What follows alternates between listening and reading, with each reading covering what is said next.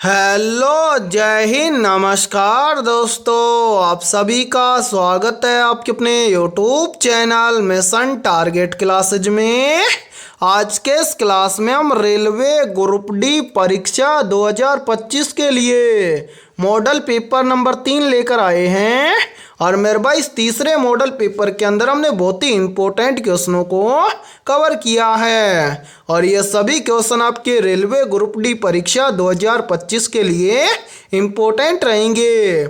इसलिए इस तीसरे मॉडल पेपर को आपको कंप्लीट देखना है और इस मॉडल पेपर के एंड में आपको बताना है कि आपके टोटल कितने क्वेश्चन सही होते हैं। और मेरे भाई यदि आप अपनी कंप्लीट तैयारी को मजबूत बनाना चाहते हैं तो आप हमारे इस यूट्यूब चैनल को जरूर सब्सक्राइब करना और साथ में बेल आइकन को प्रेस करना ताकि ऐसी शानदार क्लास का नोटिफिकेशन आपको सबसे पहले देखने को मिले। तो चलिए शुरू करते हैं आज के इस तीसरे मॉडल पेपर को बिना देरी के। पहला प्रश्न है आप सभी के सामने।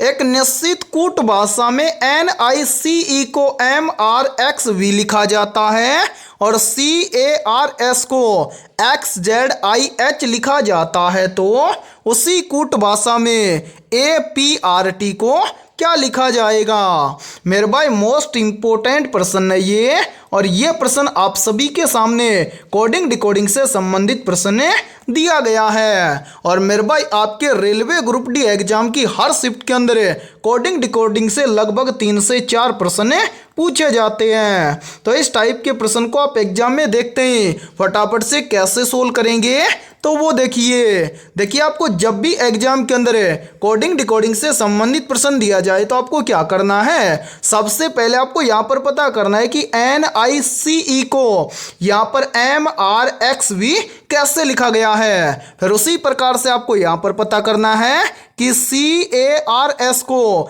यहाँ पर XZIH कैसे लिखा गया है। फिर उसी प्रकार से हम यहाँ पर बताएंगे कि APRT को क्या लिखा जाएगा।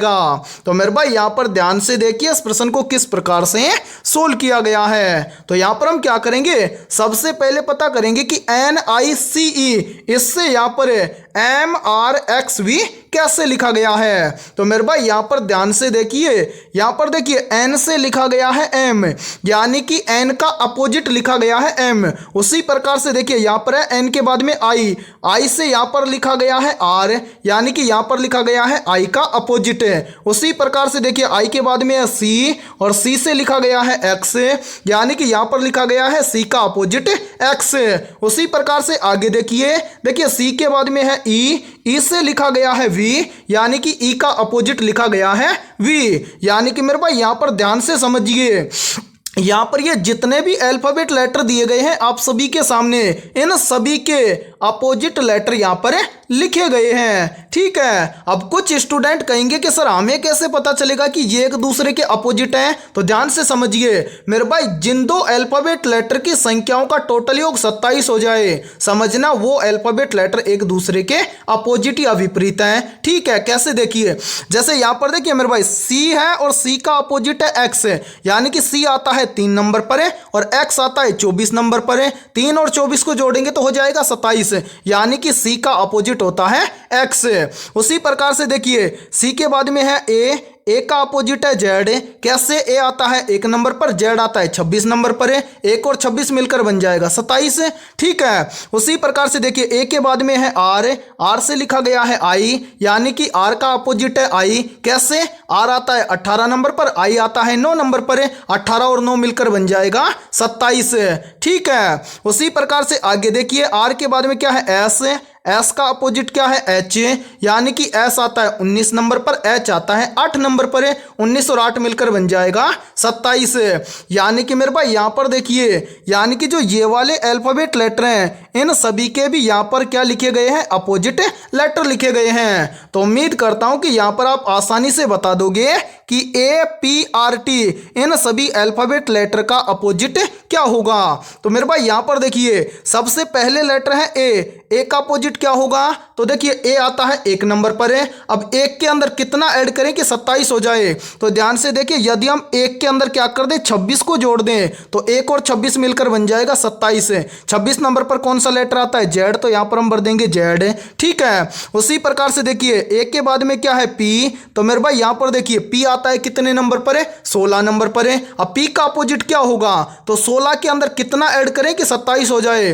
तो मेरे भाई देखिए 16 और 11 मिलकर बन जाएगा कितना 27 है। अब हमें देखना है कि 11 नंबर पर कौन सा अल्फाबेट लेटर आता है। तो मेरे भाई 11 नंबर पर अल्फाबेट लेटर आता है के, तो यहां पर हम भर देंगे के। उसी प्रकार से देखिए पी के बाद में क्या है आर है। तो मेरे भाई आर आता है 18 नंबर पर है। ठीक है, अब आर के अंदर कितना ऐड करें कि 27 हो जाए। तो देखिए आर का अपोजिट अपने को ज्ञात करना है। आर आता है 18 नंबर पर है। 18 के अंदर यदि हम क्या कर दें प्लस 9 कर दें तो 18 और 9 मिलकर बन जाएगा 27 है। और मेरे भाई 9 नंबर पर अल्फाबेट लेटर आता है आई, तो यहां पर हम भर देंगे आई। उसी प्रकार से लास्ट में क्या बच गया टी। टी आता है कितने नंबर पर 20 नंबर पर है। टी का अपने को क्या पता करना है अपोजिट है। टी आता है 20 नंबर पर है। 20 के अंदर कितना ऐड करें कि 27 हो जाए। तो मेरे भाई 20 के अंदर यदि हम क्या कर दें प्लस 7 कर दें तो 20 और 7 मिलकर बन जाएगा 27 है। 7 नंबर पर कौन सा अल्फाबेट लेटर आता है। तो मेरे भाई 7 नंबर पर अल्फाबेट लेटर आता है जी। यहां पर हम भर देंगे जी, यानी कि मेरे भाई APRT इसका अपोजिट होगा ZKIG। अब हमें देखना है कि ये सभी अल्फाबेट लेटर में किसी ऑप्शन में दिए गए हैं। तो हाँ सर ZKIG ये सभी अल्फाबेट लेटर में दिए गए हैं ऑप्शन ए के अंदर है। तो पहले प्रश्न के अंदर ऑप्शन ए हो जाएगा सभी का करेक्ट आंसर है। तो उम्मीद करता हूं कि पहला प्रश्न आपको अच्छे से क्लियर हो गया होगा।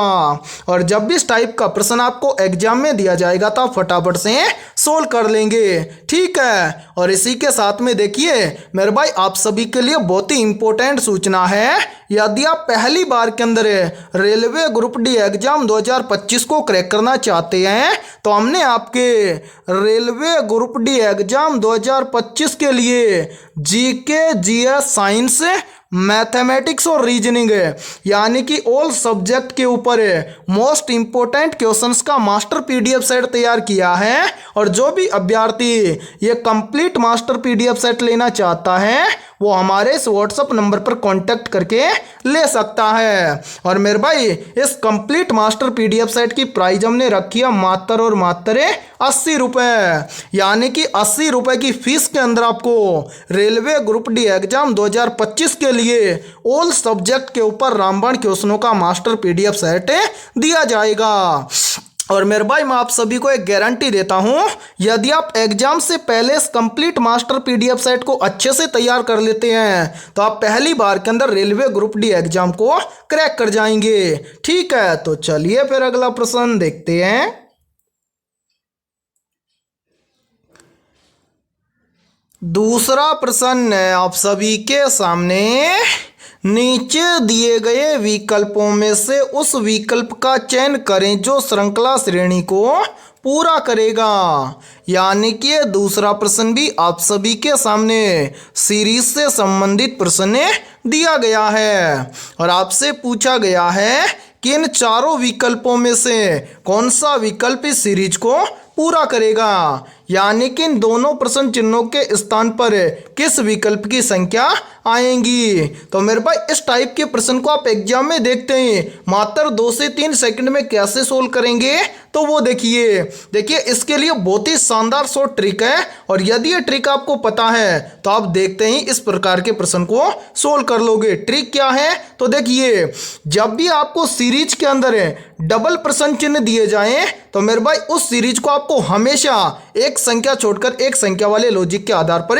सोल्व करना है। जैसे यहां पर ध्यान से समझिए कि इस सीरीज को कैसे सोल्व किया गया है। सबसे पहले हमें पता है कि सीरीज में कितने प्रश्न चिन्ह 2, तो यानी कि सीरीज को हम सोल्व करेंगे एक संख्या को छोड़कर एक संख्या के लॉजिक के आधार पर है। जैसे यहां पर देखिए मेरे भाई सबसे पहले है 6 से एक संख्या छोड़कर चलेंगे तो कितना है 18, 6 से 18 कैसे बनेगा?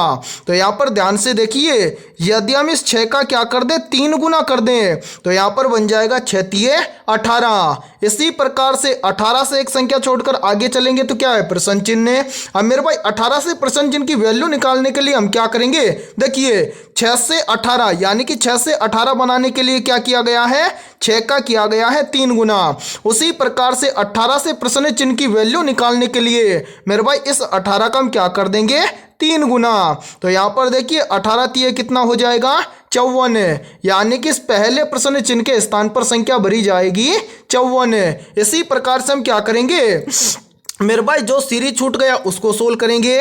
देखिए यहाँ पर क्या है, 8 है, 8 से एक संख्या छोड़कर आगे चलेंगे तो कितना है, 16। 8 से 16 कैसे बनेगा? तो मेरे भाई यहाँ पर ध्यान से देखिए, यदि हम 8 का क्या कर दें, 2 गुना कर दें तो यहाँ पर बन जाएगा 8 दूना के 16। इसी प्रकार से 16 से फिर एक संख्या छोड़कर आगे चलेंगे तो क्या है, प्रश्न चिन्ह। 16 से प्रश्न चिन्ह की वैल्यू कैसे आएगी, ध्यान से देखिए मेरे भाई, 8 से 16 बना कैसे, यानी कि 8 का 2 गुना किया तो बन गया 16। अब 16 से मेरे भाई इस प्रश्न चिन्ह की वैल्यू निकालने के लिए हम क्या कर देंगे, इस 16 का भी कर देंगे 2 गुना। 16 का 2 गुना कितना होता है, तो मेरे भाई 16 का 2 गुना होता है 32।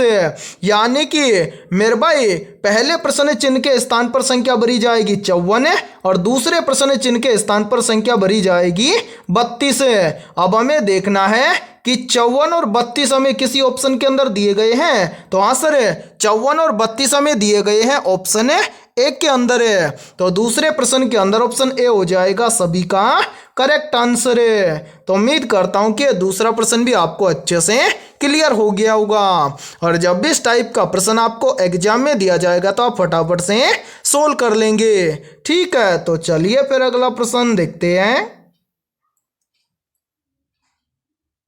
तीसरा प्रश्न है आप सभी के सामने, 5 संख्याओं का औसत 46 है तथा उनमें से प्रथम 4 संख्याओं का औसत 45 है, तो पांचवी संख्या क्या होगी?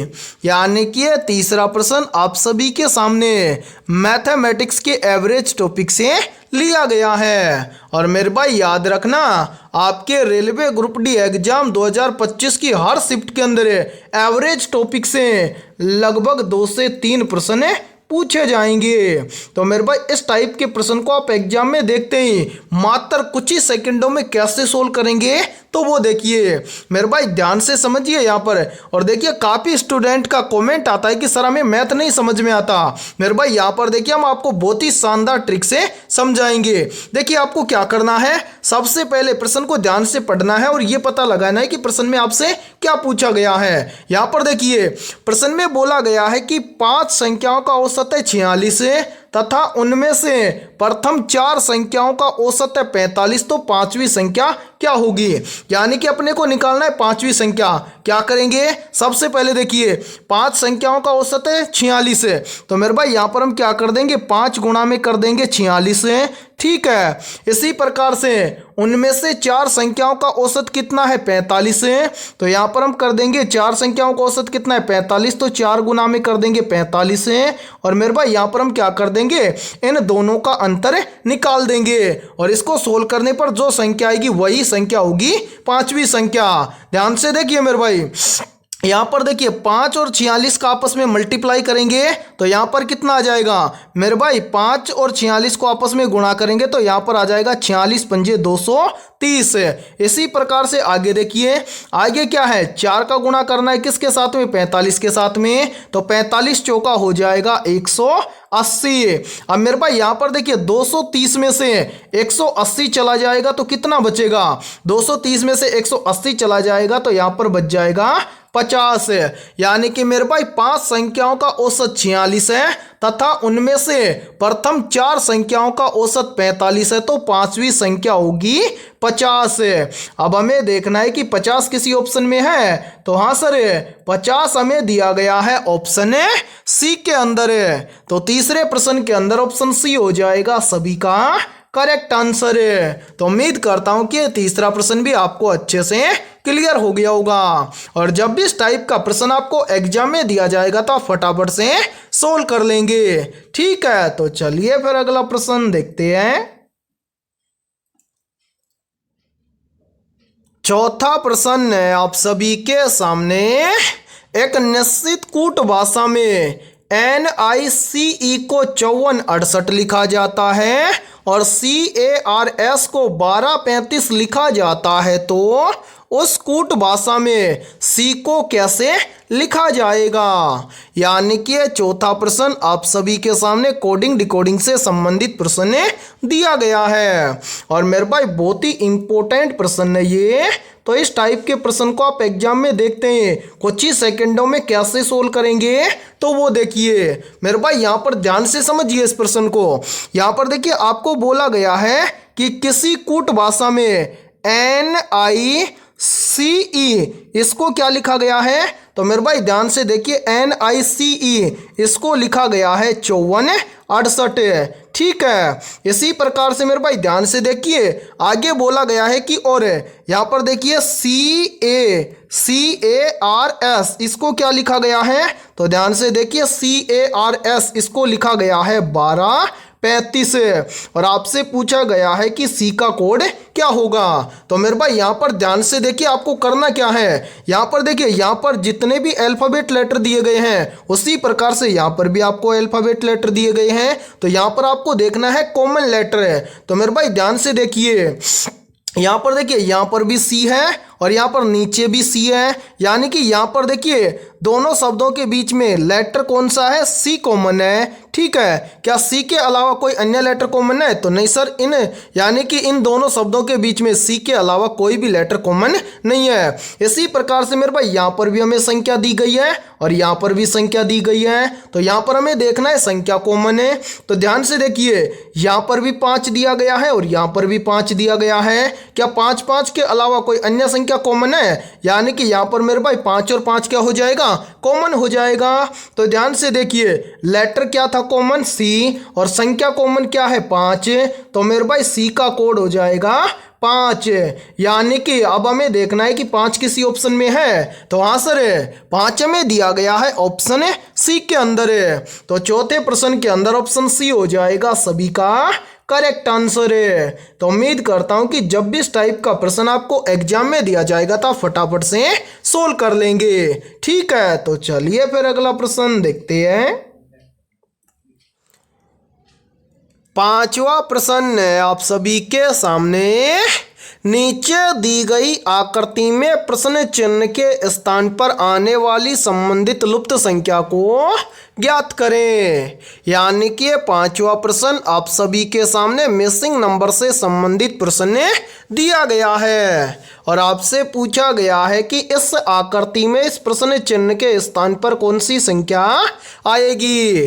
तो मेरे भाई इस टाइप के प्रश्न को आप एग्जाम में देखते हैं फटाफट से कैसे सोल्व करेंगे, तो वो देखिए जब भी इस टाइप का प्रश्न आपको एग्जाम में दिया जाए तो आपको क्या करना है, सबसे पहले आपको इस प्रश्न चिन्ह वाली लाइन में आपको क्या करना है, यहाँ पर पता करना है कि इस पहली पंक्ति में यहाँ पर 60 कैसे आया है। फिर इसी प्रकार से मेरे भाई आपको यहाँ पर पता करना है कि इस दूसरी पंक्ति में 135 कैसे आया है। यानी कि जिस प्रकार से पहली पंक्ति में यहाँ पर 60 और दूसरी पंक्ति में यहाँ पर 135 जिस प्रकार से आया है, उसी प्रकार से हम बताएंगे कि इस तीसरी पंक्ति में इस प्रश्न चिन्ह के स्थान पर कौन सी संख्या आएगी। तो मेरे भाई यहाँ पर ध्यान से देखिए इस प्रश्न को किस प्रकार से सोल्व किया गया है। तो एक बार इन सभी को यहाँ से थोड़ा सा हटा देते हैं ताकि आपको समझने में कोई भी प्रॉब्लम ना आए। मेरे भाई यहाँ पर देखिए सबसे पहले हम क्या करेंगे, पता करेंगे कि इस पहली पंक्ति में यहाँ पर 60 कैसे आया है। तो मेरे भाई यहाँ पर देखिए 60 लाने के लिए यहाँ पर क्या किया गया है, तो ध्यान से देखिए 60 के जस्ट पीछे हमें 2 संख्या दी गई है। पहली संख्या है 25 और दूसरी संख्या है 144। तो मेरे भाई इन दोनों संख्याओं का हम आपस में क्या करें कि यहाँ पर 60 आ जाए। तो यहाँ पर क्या किया गया है, ध्यान से देखिए मेरे भाई पहली संख्या क्या है 25। 25 क्या है, तो मेरे भाई 25 है 5 का स्क्वायर। ठीक है, इसी प्रकार से देखिए 25 के बाद में क्या है 144। 144 क्या है, तो मेरे भाई 144 है 12 का स्क्वायर। ठीक है, अब यहाँ पर ध्यान से देखिए यदि हम इस 5 और इस 12 को आपस में गुणा कर दें तो यहाँ पर बन जाएगा 60। यानी कि ध्यान से देखिए 5 और 12 को आपस में गुणा करेंगे तो बन जाएगा 12 पंजे 60 है। और ध्यान से देखिए 60 यहाँ पर आप सभी के सामने दिया गया है। अब इसी प्रकार से हम क्या करेंगे, यहाँ पर पता करेंगे कि इस दूसरी पंक्ति में भी यहाँ पर 135 इसी प्रकार से लाया गया है क्या। तो मेरे भाई देखिए 135 के जस्ट पहले दो संख्या है, यानी कि पहली संख्या है 81 और दूसरी संख्या है 225।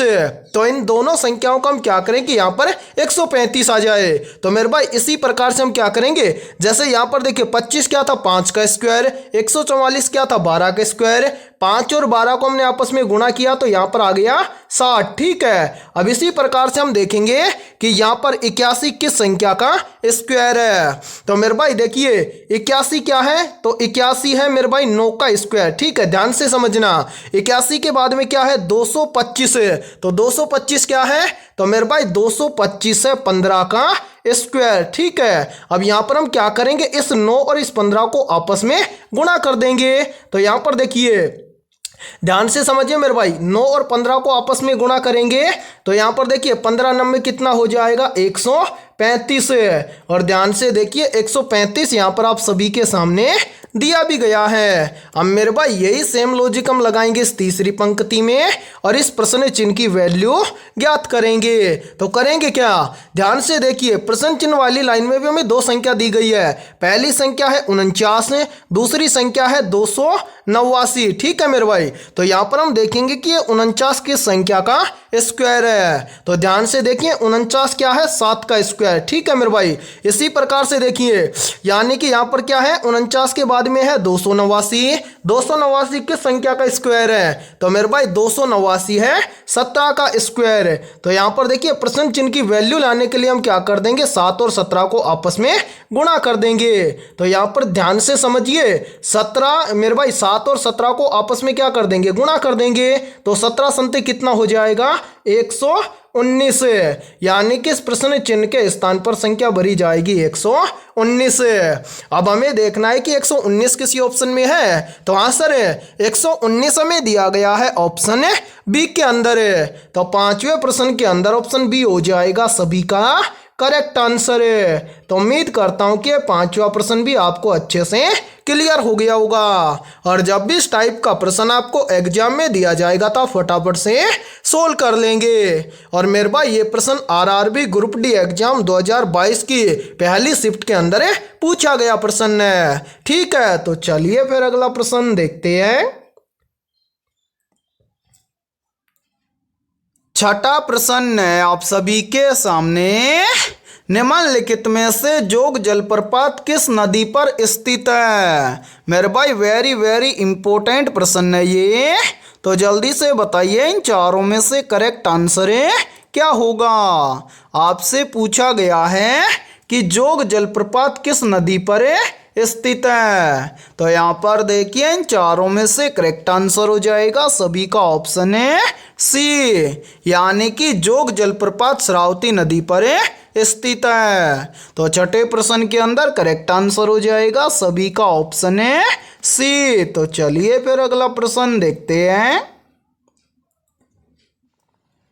सातवां प्रश्न है आप सभी के सामने, विरूपाक्ष मंदिर का निर्माण किस वंश के शासकों ने किया था। तो यहाँ पर देखिए इन चारों में से करेक्ट आंसर हो जाएगा सभी का ऑप्शन है सी, यानी कि विरूपाक्ष मंदिर का निर्माण किया था चालुक्य वंश के शासकों ने। तो सातवें प्रश्न के अंदर करेक्ट आंसर हो जाएगा सभी का ऑप्शन है सी।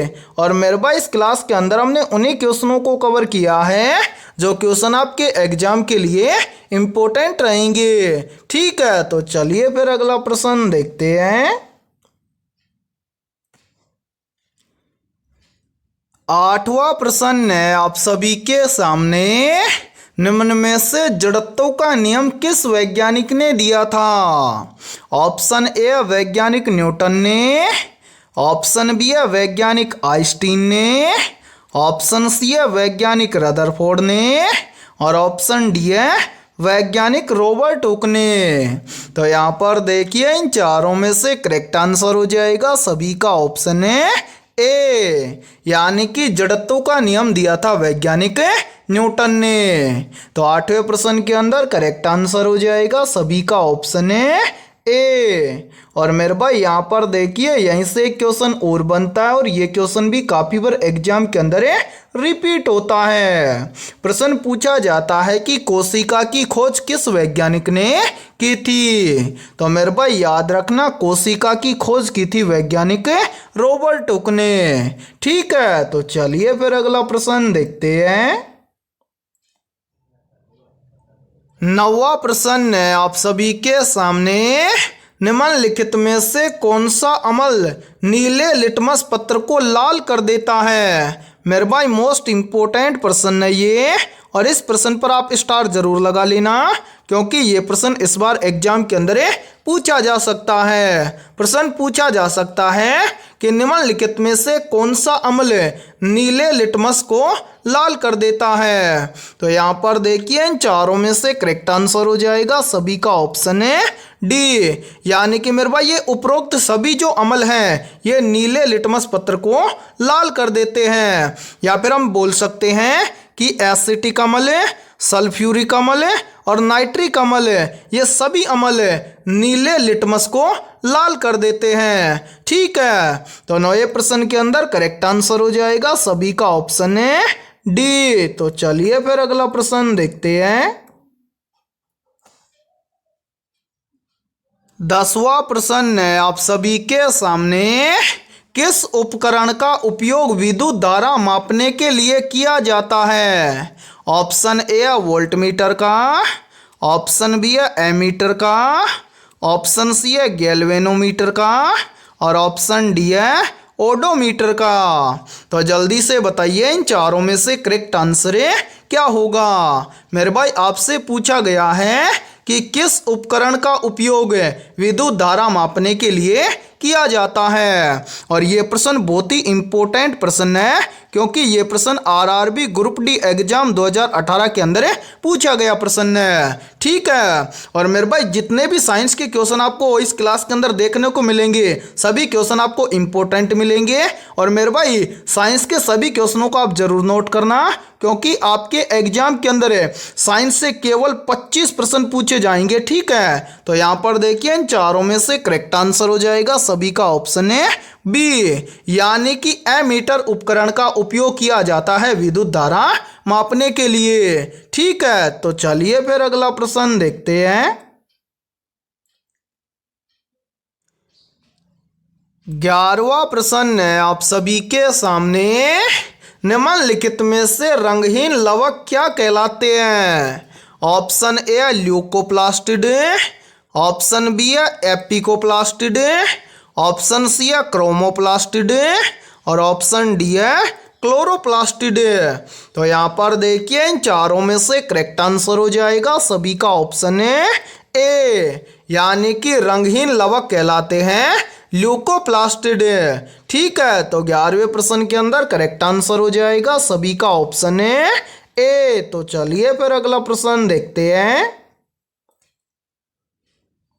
12वां प्रश्न है आप सभी के सामने, भारतीय संविधान में कितने भाग और कितनी अनुसूचियां हैं। मेरे भाई मोस्ट इंपोर्टेंट प्रश्न है ये, तो जल्दी से बताइए इन चारों में से करेक्ट आंसर क्या होगा।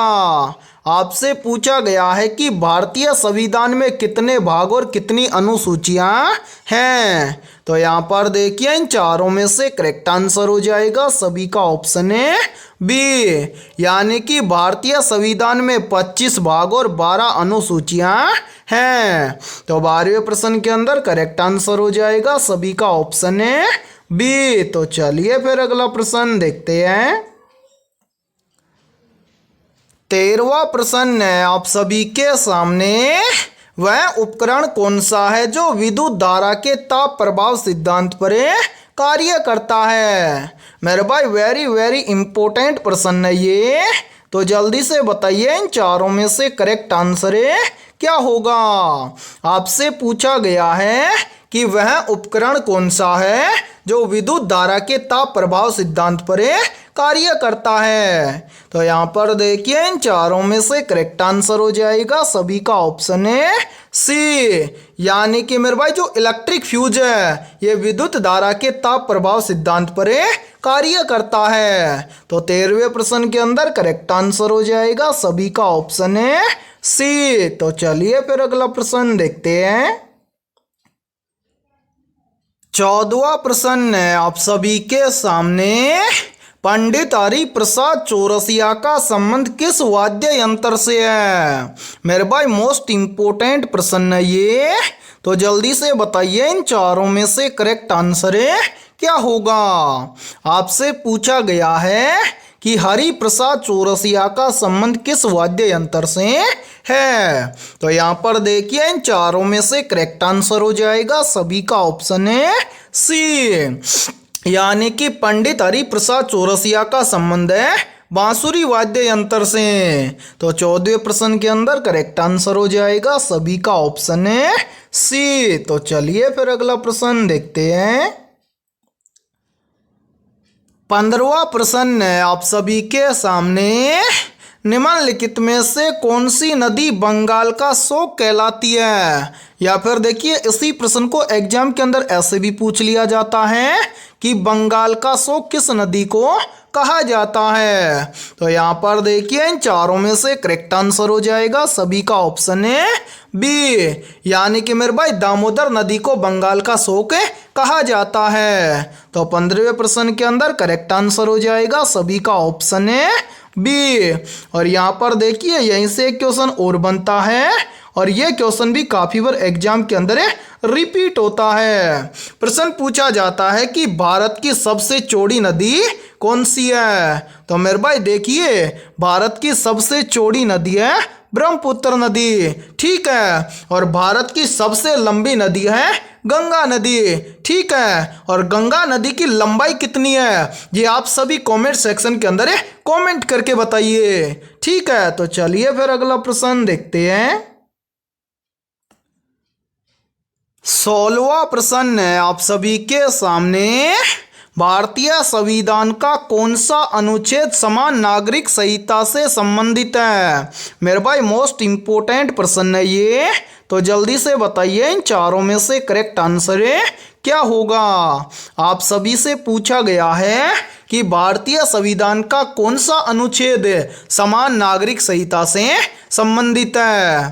तो यहाँ पर देखिए इन चारों में से करेक्ट आंसर हो जाएगा सभी का ऑप्शन है बी, यानी कि भारतीय संविधान का अनुच्छेद 44 समान नागरिक संहिता से संबंधित है। तो 16वें प्रश्न के अंदर करेक्ट आंसर हो जाएगा सभी का ऑप्शन है बी। और मेरे भाई यहाँ पर देखिए याद रखना भारतीय संविधान से आपके एग्जाम के अंदर लगभग 3 से 4 प्रश्न पूछे जाते हैं, और इस टाइप के प्रश्न का आप स्क्रीनशॉट जरूर ले लेना, ठीक है मेरे भाई। तो चलिए फिर अगला प्रश्न देखते हैं। 17वां प्रश्न है आप सभी के सामने, संगाई हिरण इनमें से किस भारतीय राज्य में पाई जाने वाली एक स्थानिक प्रजाति है? ऑप्शन ए राजस्थान राज्य में, ऑप्शन बी है तेलंगाना राज्य में, ऑप्शन सी है केरल राज्य में, और ऑप्शन डी है मणिपुर राज्य में।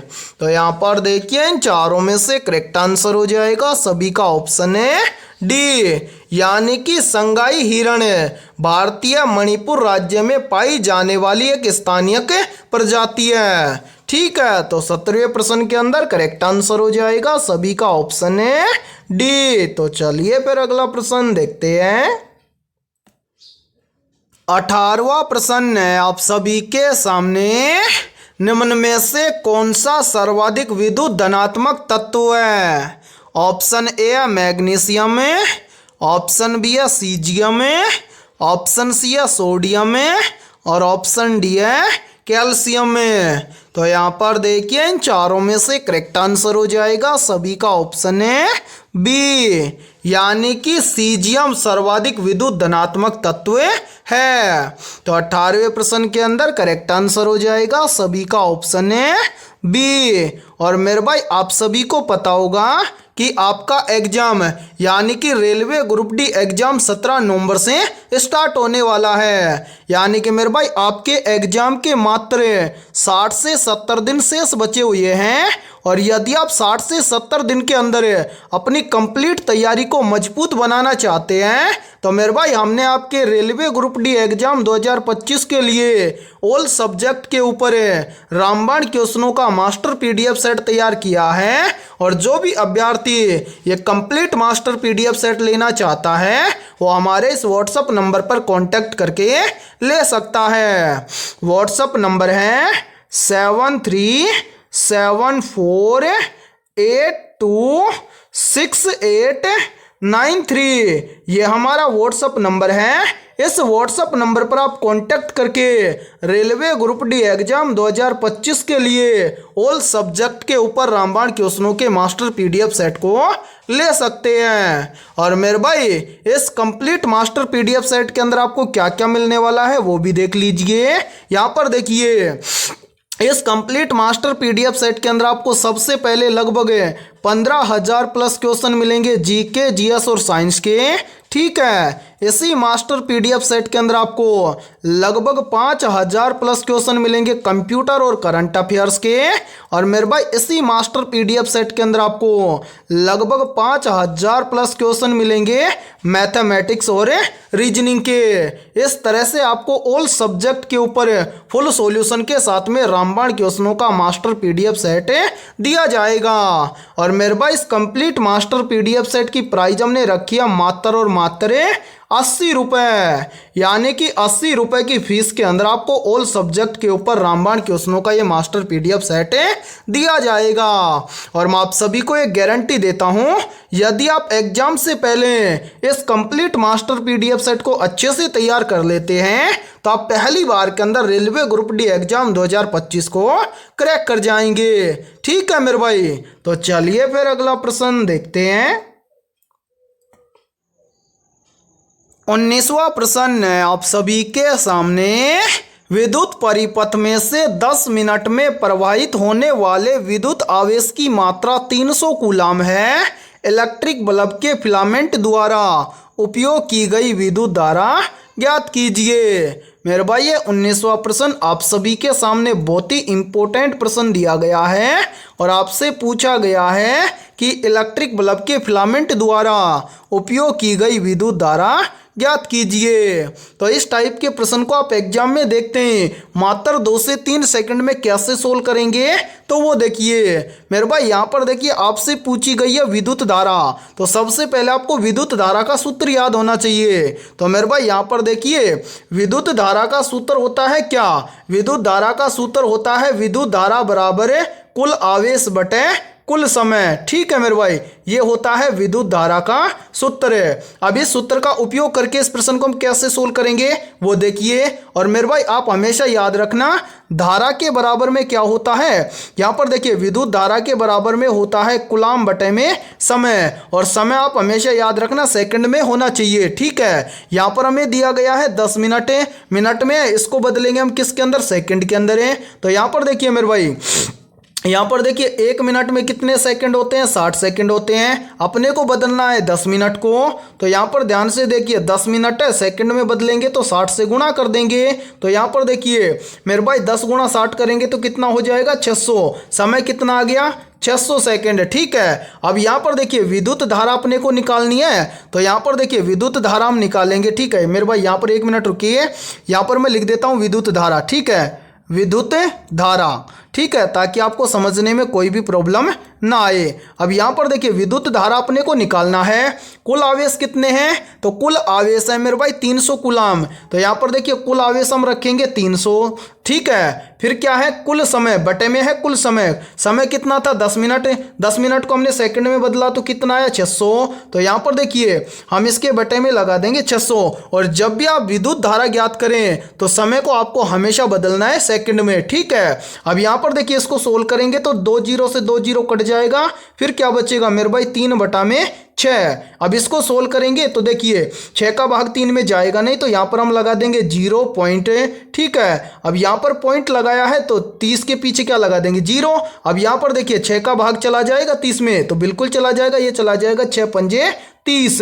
ठीक है मेरे भाई, यानी कि विद्युत परिपथ में या विद्युत परिपथ में से 10 मिनट में प्रवाहित होने वाली विद्युत धारा की यानी कि विद्युत धारा, यानी कि मेरे भाई देखिए ध्यान से, विद्युत परिपथ में से 10 मिनट में प्रवाहित होने वाले विद्युत आवेश की मात्रा कितनी है 300 कूलाम है, तो इलेक्ट्रिक बल्ब के फिलामेंट द्वारा उपयोग की गई विद्युत धारा होगी 0.5 एम्पियर।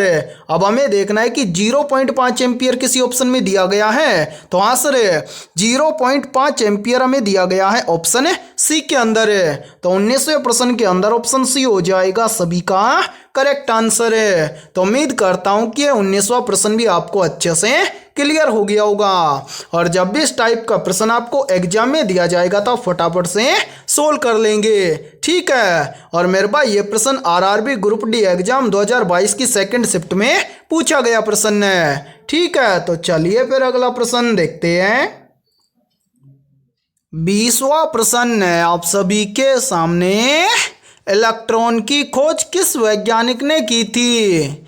ऑप्शन ए वैज्ञानिक रदरफोर्ड ने, ऑप्शन बी है वैज्ञानिक जेम्स चैडविक ने, ऑप्शन सी है वैज्ञानिक जे थॉमसन ने, और ऑप्शन डी है वैज्ञानिक गैलीलियो ने। तो यहाँ पर देखिए इन चारों में से करेक्ट आंसर हो जाएगा सभी का ऑप्शन है सी, यानी कि इलेक्ट्रॉन की खोज की थी वैज्ञानिक जे थॉमसन ने। तो 20वें प्रश्न के अंदर करेक्ट आंसर हो जाएगा सभी का ऑप्शन है सी। तो मेरे भाई आज की इस क्लास में इतना ही। यदि ये क्लास आपको पसंद आई है तो जल्दी से एक बार इस क्लास को लाइक कर दीजिए, और यदि आप हमारे इस YouTube चैनल से पहली बार जुड़े हैं तो इस YouTube चैनल को कर लीजिए सब्सक्राइब और बेल आइकन को प्रेस करना, ताकि ऐसी शानदार क्लास का नोटिफिकेशन आपको सबसे पहले देखने को मिले। और आज के इस क्लास के अंदर हमने 20 बहुत ही इंपॉर्टेंट क्वेश्चन करवाए हैं, तो इन 20 में से आपके कितने क्वेश्चन सही हुए हैं सभी को कमेंट सेक्शन के अंदर कमेंट करके बताना है। और मेरे भाई जिन भी अभ्यर्थियों के इन 20 में से लगभग 18 प्लस क्वेश्चन सही हुए हैं तो समझना उनकी तैयारी बेहतर है। तो फिर मिलते हैं ऐसे ही बेहतरीन क्वेश्चनों के साथ सुबह 11 बजे। ठीक है।